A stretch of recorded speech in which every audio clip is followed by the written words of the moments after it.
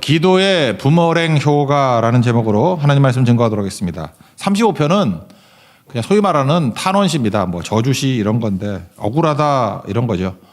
여러 번 살폈습니다. 그래서 좀 한 부분을 강조하면 전체를 파악할 수 있을 것 같습니다. 그래서 티피컬한 부분, 이 부분을 좀 살피겠습니다. 볼링도 그렇잖아요. 킹핀 하나 무너뜨리면 나머지 다 무너지듯이 이 본문을 잘 살피면은 나머지 다 녹아지고 풀려지게 돼 있다고 생각을 합니다. 내용은 이런 거예요. 내가 선을 베풀었는데 악으로 갚더라, 억울하다 그런 거죠. 율법 정신 두 가지가 있다 그랬죠. 체다카하고 미슈파트, 공정과 정의. 그런데 번역이 맨날 틀려요. 내용 보고 알아야 된다니까요.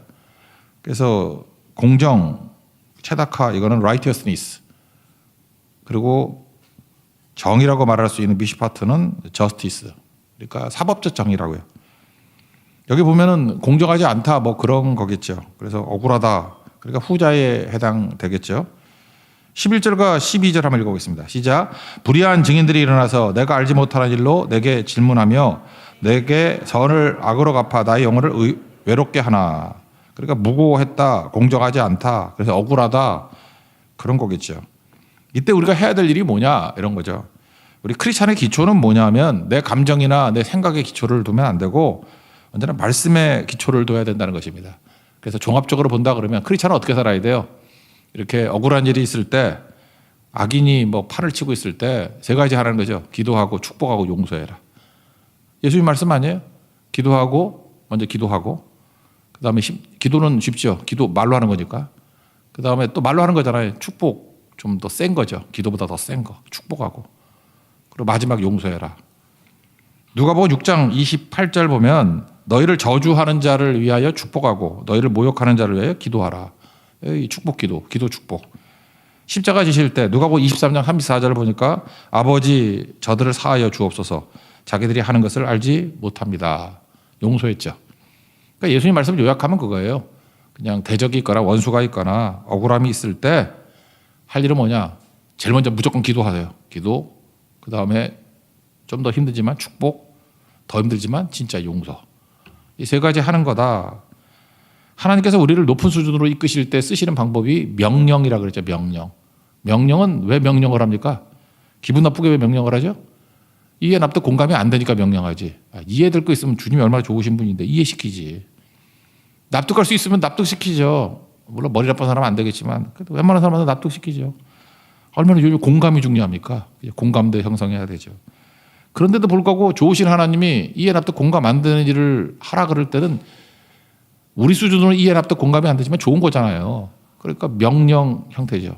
그래서 가장 높은 수준의 신앙생활을 하려고 그러면 성경에 내게 좋은 거, 내 감정과 생각에 좋은 거 줄긋지 말고 내 생각과 감정과는 부딪힌다 할지라도 주로 명령의 줄을 긋는 게 좋아요. 주님 뭐 하라 이런 거 있잖아요. 명령의 줄을 그으면 수준이 다를걸. 그런 식으로 한 10년만 살아봐요. 그러면 하루가 땅이에요. 그래서 저는 우리 성도들이 좀 수준 높은 성도가 되기를 진짜 원합니다. 그래서 명령 중심의 신앙생활, 이게 최고의 신앙생활이 된다는 거예요. 그러니까 우리가 원수를 접하게 될 때, 뭐 대적을 접하게 될 때 기도하라, 축복하라, 용서하라. 이게 명령으로 되는 거지 이게 뭐 느낌과 감정으로 되나? 그러니까 맨날 내 느낌과 감정이 뒤따라와야 하겠다 하는 사람은 죽어도 안 돼요. 막이 밥이라고요. 그러니까 명령의 형태에 순종하는 것, 그게 중요한 거죠. 그래서 다윗이 이렇게 순종했던가 봐요. 그랬더니 기도가 부모랭같이 내게 돌아왔더라. 그래서 핵심은 13절이죠. 13절 읽겠습니다. 시작. 나는 그들이 병들었을 때 굵은 베옷을 입으며 금식하여 내 영혼을 괴롭게 하였더니 내 기도가 내 품으로 돌아왔도다. 원수가 병들었습니다. 그런데 좀 심하게 기도한 것 같아. 그죠? 베옷 입고 금식 기도하고 이것이 쉽지 않은데. 그죠? 자기가 병 걸려도 금식 기도 잘 안 하는데 원수의 병을 놓고 금식 기도했답니다. 내 영혼을 괴롭게 하고. 그랬더니 이게 그 원수한테는 잘 맞지가 않았는가 봐. 그러니까 하나님께서 그 기도를 내게 돌이키셨대요. NLT 같은 데 보니까 My prayer returned unanswered. 그러니까 응답되지 않고 내게 돌아왔대. 그러니까 우리 한글 성경에는 자세히 안 나왔지만 원수의 병을 놓고 기도했어요. 낫게 해주세요. 낫게 해주세요. 금식 기도했더니 하나님이 저놈은 싸가지 없는 놈이야. 그래서 안 고치고 아마 되졌는가 봐. 그리고 이 기도를 했던 다윗은 점점 건강해진 거야. 막 깍두기만 먹어도 산삼 효과가 나타나고 막 그랬다라는 거예요. 뭐 내용은 그런 거예요, 그죠? 그래서 my prayers returned unanswered. 응답되지 않고 내게 돌아왔다. 그러니까 응답되지 않았던 게 뭐냐면 원수에게 그 축복이 안 가고 다 내게로 돌아왔어요. 내게로. 기도는 돌아오는 것입니다. 돌아오는 거. 이걸 부메랑이라고 그러잖아요. 사람마다 그 어렸을 때 만화 영화의 영향이 있잖아요. 저는 어렸을 때 마린보이 이런 만화 영화 많이 봤는데 제 또래들은 마린보이 아시죠? 모르나요? 바다의 왕자 마린보이. 푸른 바다 밑에서 잘도 싸우는 용감하고 뭐 씩씩한 아니야. 슬기롭고 씩씩한 용감스러운 마린보이 소녀는 우리 편이다. 뭐 어쩌고 저쩌고 그런 노래 있는데 이게 왜 기억나지 내가? 그러니까 이 어렸을 때의 추억이라는 게 무섭죠. 이 노래까지 기억이 날 정도니. 그 무기가 뭐냐면은 마린보이 부메랑이었어요. 그래서 탁 빼가지고 던지면은. 그래서 어렸을 때 그 부메랑 갖고 많이 놀았는데, 근데 그 만화 영화에서 돌리면 돌아와야 되는데 나는 가면은 안 와. 그래서 이거 잘 만들어가지고 이렇게 공중으로 던지면 이게 돌아오게 되는 거 잘하는 애가 전교에서 인기 제일 좋았어요. 부메랑이 진짜 부메랑 되는 애. 그래서 부메랑 그러면 되게 마음에 와닿아요. 우리 호주 원주민이 쓰던 무기라 그러잖아요. 그죠? 근데 이렇게 돌아온다. 기도가 부머랭이라니까, 부머랭. 돌아온다. 기도했지만 다 돌아오게 된다. 기도의 부머랭 효과. 그러니까 부머랭 기도. 이게 성경에 도처에 나옵니다. 예수님이 70인을 두 명씩 짝지어서 보냈죠. 누가복음 10장인데 마태복음 10장은 2명씩 보낸 거고 12명. 여기 70명 보냈어요. 5절 6절 보니까 어느 집에 들어가든지 먼저 평안할지어다 그러래요. 그리고 평안을 받을 사람이 거기 있으면 평안이 머물 것이고 이 평안을 받을 만한 사람이 못 돼. 나쁜 놈이야. 그러면 너희에게로 돌아오리라. 부머랭 기도죠. 그러니까 우리가 선교를 열심히 하면 자꾸 복 받는 이유가 뭐냐면 되게 선교 갔을 때 그 나쁜 놈들한테 전도 많이 하잖아. 그래서 우리는 죽어라 기도하고 죽어라 축복을 해. 그러면 받을 만한 사람이면 가는 거고. 그럼 그 사람 복 받고 우리가 전도 목적이 그거니까. 아니면은 다 돌아오는 거예요. 그래서 선교 갔다 오면 다 통통해져서 오잖아. 그죠? 받지도 못할 사람들에게 잠깐만 축복하고 기도하고 하니까 부모랭 기도니까 다 내게로 돌아오게 되더라. 그래서 이 선교 가면 여러분 그런 거 못 느끼세요? 뭐 대만 선교나 이렇게 여러 군데 동시에 좀 약간 다른 형태로 갔을 때 보면은 험지로 갔던 팀이 은혜가 훨씬 충만해서 돌아와. 그러면 험지기 때문에 하나님께서 능력을 더 주시냐 뭐 그런 것도 있겠지 뭐 성령께서 능력 안 주시는 데가 어디 있어. 험지거든. 사역자도 이상하고 뭐 동역자도 이상하고 교인도 이상하고 뭐 거기 뭐 우상투상이고 막 이런 데 가면은 우린 되게 힘들었어. 근데 막 축복하고 전도했더니 그 왜 그런지 알아요? 거기 부흥 안 되고 다 여러분 다 몰고 와서 그래. 다 돌아와가지고. 근데 부흥하는 데 가보면은 피골이 상접해서 돌아와. 다 죽은 거야. 받은 거 하나도 없이. 이래도 좋고 저래도 좋은 거죠. 그래서 예수 믿는 사람들은 될 수 있으면은 살리는 게 좋잖아요. 아니, 한 생명 살리는 게 천하보다 귀하다 그러는데 생명이. 생명 얻는 게 최고죠. 뭐 내가 잘 되는 게 뭐 중요해. 그래도 정 안 되면 나라도 잘 돼요. 걱정하지 마. 그러니까 우리 손해될 게 하나도 없죠. 이래도 좋고 저래도 좋은 거. 그런 거죠. 그래서 우리도 자격 없는데 은혜 받았잖아요. 그래서 은혜 받은 하나님 백성들의 특징이 뭐냐. 자격을 묻지 않는 거예요. 아, 저런데 왜 가요? 저런 사람한테 왜 줘요? 잠깐 그런데 자격 묻지 않는 버릇 드려야 돼요. 우리가 뭐 자격 물었으면 우리가 어떻게 복을 받습니까? 그러니까 자격을 묻지 않고 그냥 하는 거야. 그냥. 두 가지입니다. 중보기도 또 하나 축복. 그냥 하는 거예요. 우리 뭐 통독 모임 뭐 이런 것도 있는데 성경화 읽지 말고 한 15분 정도는 중보기도 하세요. 중보기도 많이 하면 여러분 분명히 잘 됩니다. 왜 잘 되느냐? 중보기도가 주로 악질을 놓고 기도하잖아. 살리든지 여러분 잘 되든지. 그래서 중보기도 양이 많이 늘어나면 그 중보기도 하는 사람들 제가 이전 교회 기억나는데 중보기도 팀들이 다 부자 되고 다 승리하고 자손 만대 축복받고 지금도 그래요. 우리 교회도 이렇게 중보기도 많이 하는 팀들 보세요. 그러니까 아슬아슬한테 다 넘어가고 승리하고 그러잖아요. 이유가 뭐예요? 이 부모님 기도 때문에 그래요. 살리기도 하고 나도 살고 그래서 중보기도 또 하나 뭐예요? 축복이죠. 계속 축복하는 거. 이게 어마어마한 거죠. 코로나 전염병 때문에 기침하는 거 되게 싫어해요. 지금도 보면 예배 드릴 때도 기침하면 자꾸 피해가고 막, 그죠? 막 째려보고 나가라 그러고. 근데 서양에서는 코로나 전에요. 기침하면 God bless you 그러더라고. 기침하면 God bless you. 기침 못하겠어. 너무 축복을 받아가지고. 그죠? God bless you. 그래서 좋은 전통인 것 같아요. 그죠? 기침만 해도 축복하는데 안 될 게 뭐가 있겠어요. 그죠? 우리도 좀 그런 모습이 있어야죠. 너무 나 중심이에요. 나 전염되면 안 되고, 나 건강해야 되고, 나 잘 살아야 되고. 그러니까 다 피해자로 보이는 거라고. 근데 아니죠. 하나님께 나와 함께 하신다 그러면 뭐 하나님 나를 보호도 해주시고 막아도 주실 것이고, 그 다음에 그 사람을 위해서 기도하면 그 사람이 살든지 내가 살든지 다 살게 된다. 이게 부모랭 기도의 핵심이라는 것입니다. 그래서 그 다음 내용이 뭐냐면 이렇게 기도, 축복, 용서하면 내게 유익이 있다라는 거예요. 내게 유익이 있다.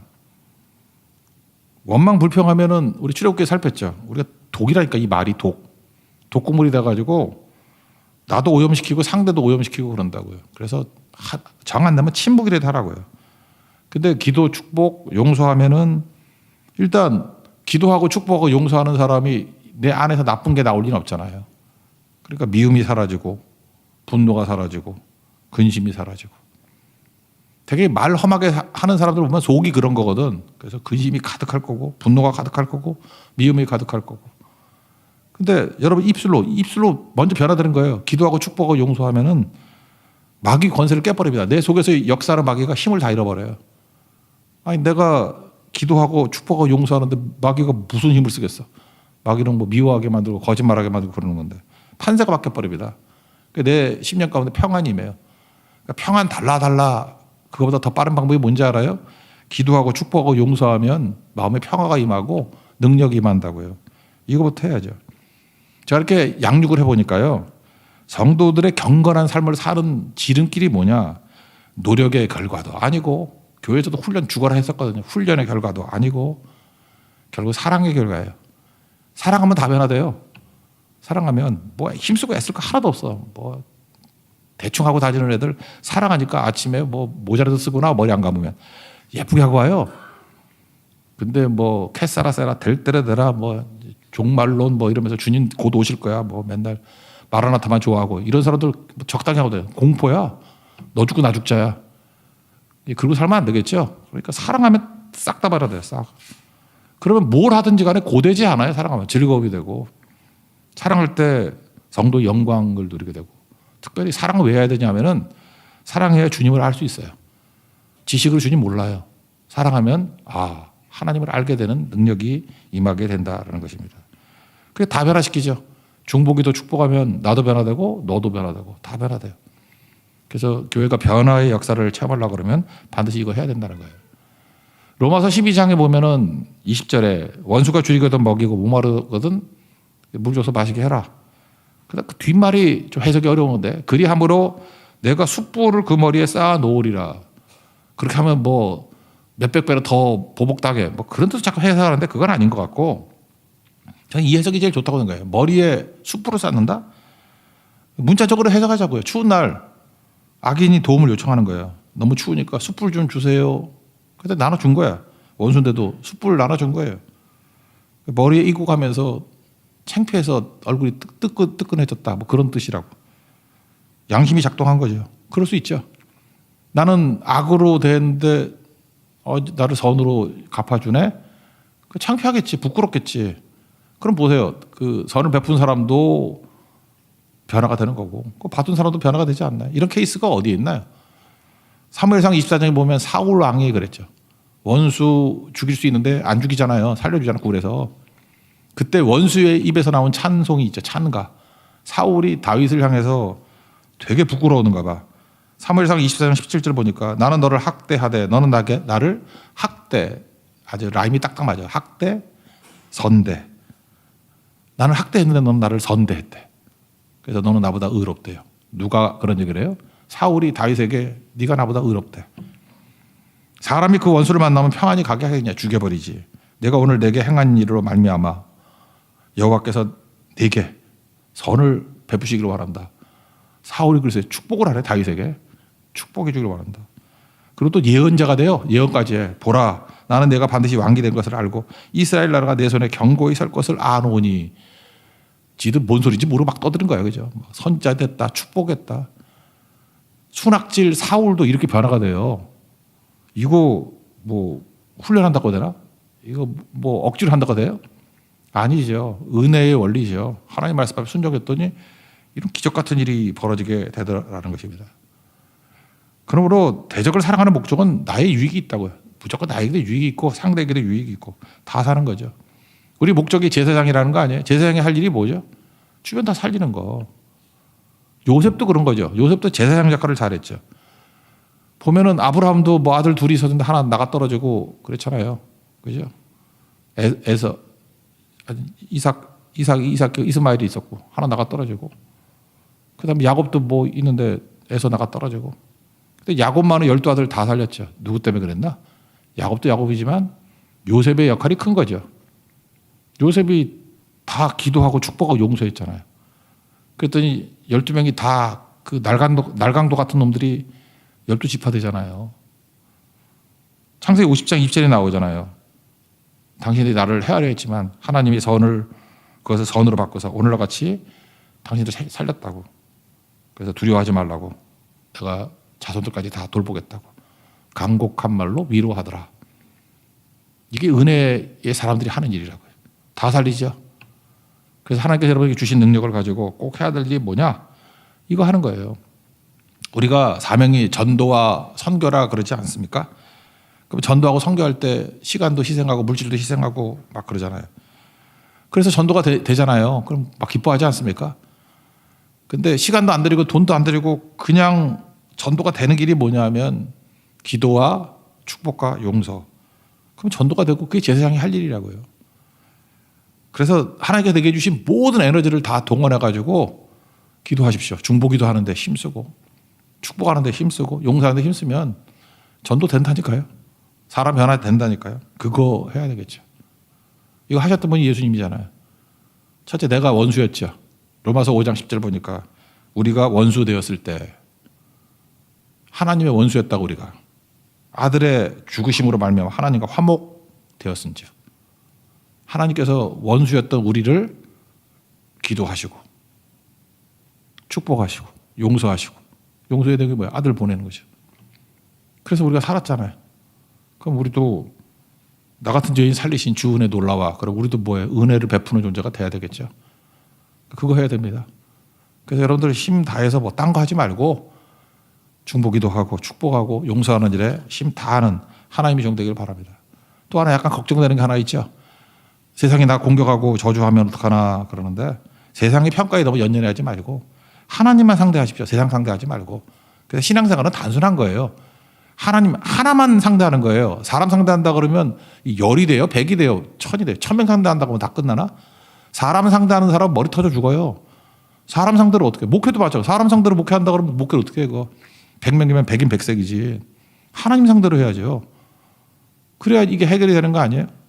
창세기 12장 3절 보니까 너를 축복하는 자에게 내가 복을 내리고 너를 저주하는 자에게 내가 저주하리니 땅의 모든 족속이 너로 말미암아 복을 얻을 것이라.